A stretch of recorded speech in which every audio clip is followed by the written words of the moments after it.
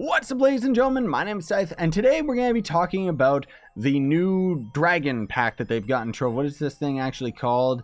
It's called the Dragon Allies pack. Now, it's a bit of a controversial pack, honestly speaking, and it's going to end up costing you a hefty bit of credits, but at least you can end up gaining it for credits, so it is a possible pack for a free-to-play player. As of right now, they actually have a whole bunch of the costume packs available for a limited time only too, so I do want to point that out.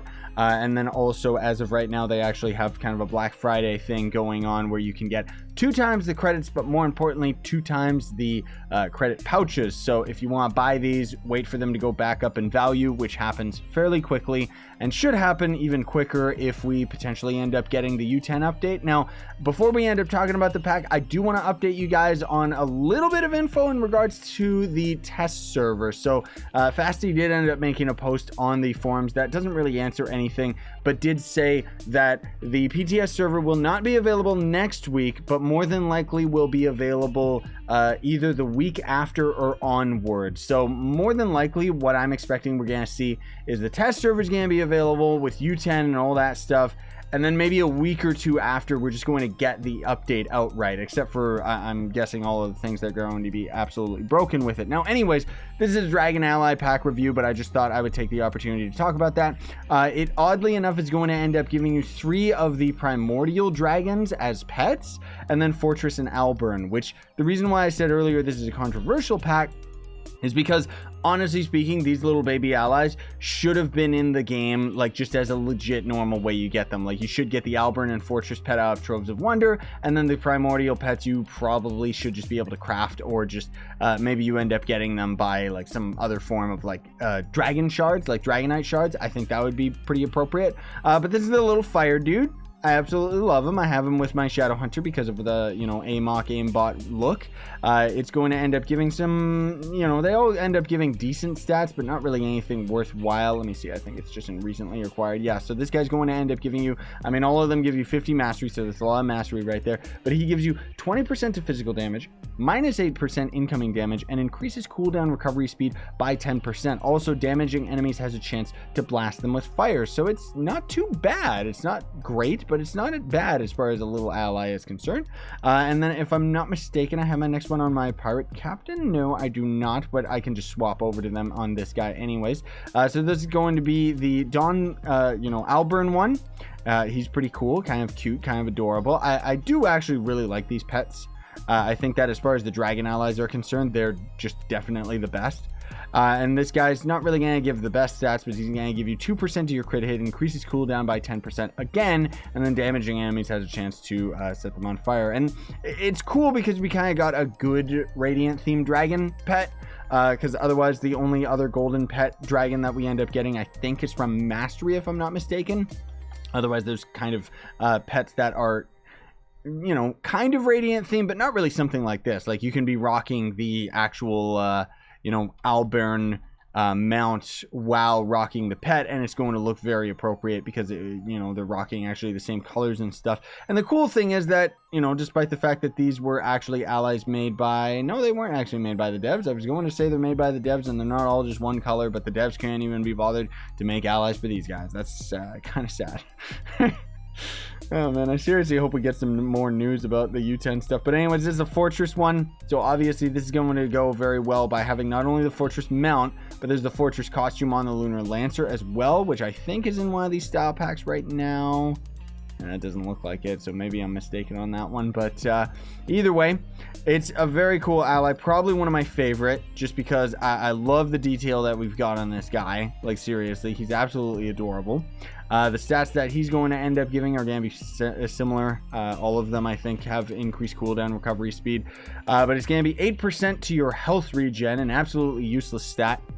Once upon a time, the devs actually mentioned how they were going to end up buffing the health regen stat, and this kind of placated into why they ended up removing health regen as a stat that was a possibility on gems. So it kind of made re-rolling gems a little bit easier, even though it's still very disgusting. I should point out also that all these guys are going to give you the 75 power rank when you end up actually using them, so That's a good thing.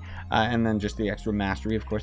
But the funny thing is that I've got a friend, Nokia Stir, and he's got health regen still on all of his gems because they were like from back in the day, and he never bothered rolling it off. So we kind of keep saying this joke where it's like, eventually, if they would have ended up actually buffing health regen, he probably would end up being like invincible and having god stats that are unobtainable for, you know, new players. Which, I mean, of course, I've rolled health regen off of my gems because it's all just about damage anyways. But that said, I don't think they're ever going to end up buffing health regen now that all the Game & Go stuff ended up going on and blah, blah, blah. So then anyways, we've got the little water dragon, which I like this guy. It's kind of a bit like, it's a little bit inventive, I should say. Because I think that this is just a reskin of like a dog ally, but he's just obviously doesn't have his legs. But it's kind of a cool way that they ended up actually making the water primordial dragon work out.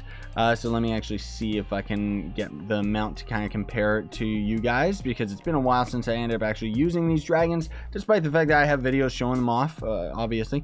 But I love how they managed to make, like, I think these were all made by the same person, Dat Guy, if I'm not mistaken. But really, really cool attention to detail to somehow manage to make these dragons that are a little bit more detailed, kind of scaled down very appropriately and look like a smaller counterpart, you know, like I absolutely love it. So then, whoopsie daisy, not faves and stuff, more recent. Then there's going to be, last but not least, the Primordial Air Dragon. So let me actually just go to my favorites and grab this guy here. I guess I should have actually showed off all of the dragons kind of side by side. Obviously this one doesn't have video effects like the dragon mount itself does, but oh man, I love him. Like, the detail on him is just crazy, especially for like such a small ally that is taking up like such a small amount of voxels, to end up actually putting enough detail into it where you instantly recognize and know what it's supposed to be. But most of all too, the fact that it ends up using the exact same color palette outside of the tail being glowing, which honestly should happen on this dragon. It's kind of weird that it doesn't, but oh man, I remember when this dragon first got added. It was beautiful. It was one of a kind, absolutely awesome. Most of all just because the video effects that you have on the dragon, and now it's just kind of like whatever, you know. But very, very cool little ally. And he's going to end up giving us the attack speed to 6% and movement speed 5, and then of course the same old increased cooldown recovery speed by 10%, which I still find that to be a very weird definition. Like, they changed it from cooldown reduction to increases cooldown recovery speed, which I guess technically, if you don't know any video games, that could end up making a little bit more sense than reduces cooldown. But I mean, everybody knows video games and knows that reduction to your cooldown of your abilities means that you're going to end up having your abilities have less of a cooldown. Like, it's pretty self-explanatory. So I really don't know why they ended up making that change.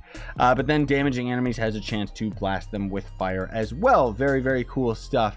And then I guess just to kind of mention passively here, just while I got you guys' attention, if you didn't end up checking out my stream Trove video that I had come out yesterday, I actually ended up getting very, very fortunate and very lucky in that I was able to end up getting myself the enigmatic Kubrick, which is a rare companion. And I ended up actually getting this out of a bronze egg. That is one of my first, you know, not only did I end up getting a rare companion out of the bronze egg, but it also just so happened to be one of the rare ones I was missing. And then I also ended up getting double luck and got out of a golden egg anyways, you know, this idiot right here, which was my all-time last of the companions. So that means that I am utterly complete when it comes to the geode stuff. So I'm really, really happy, really fortunate to have that happen. It also ended up throwing my mastery up enough that I'm at 620, where I was able to get the 15 radiant pancakes, which honestly speaking is a pretty crummy reward at this point. I didn't end up showing the prosperous pooch in like, you know, a separate video. But just to kind of give you guys a quick heads up about it, he's kind of a cool ally. I did already show him off in another video that was talking about the mastery items up to 700 outside of the weird tiger mount. But this is the guy right here, so he's just kind of a gold pup, and he's got 25 magic fine, minus 8% incoming damage. Who's a gold boy? He's a gold boy. I like that.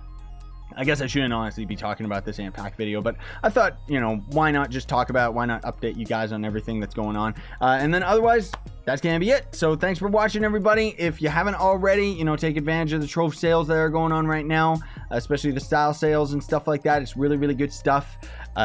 You know, whether you guys want to save your money and wait for all the U10 hype to end up happening or not, I still would recommend that you invest in the credit pouches above anything else.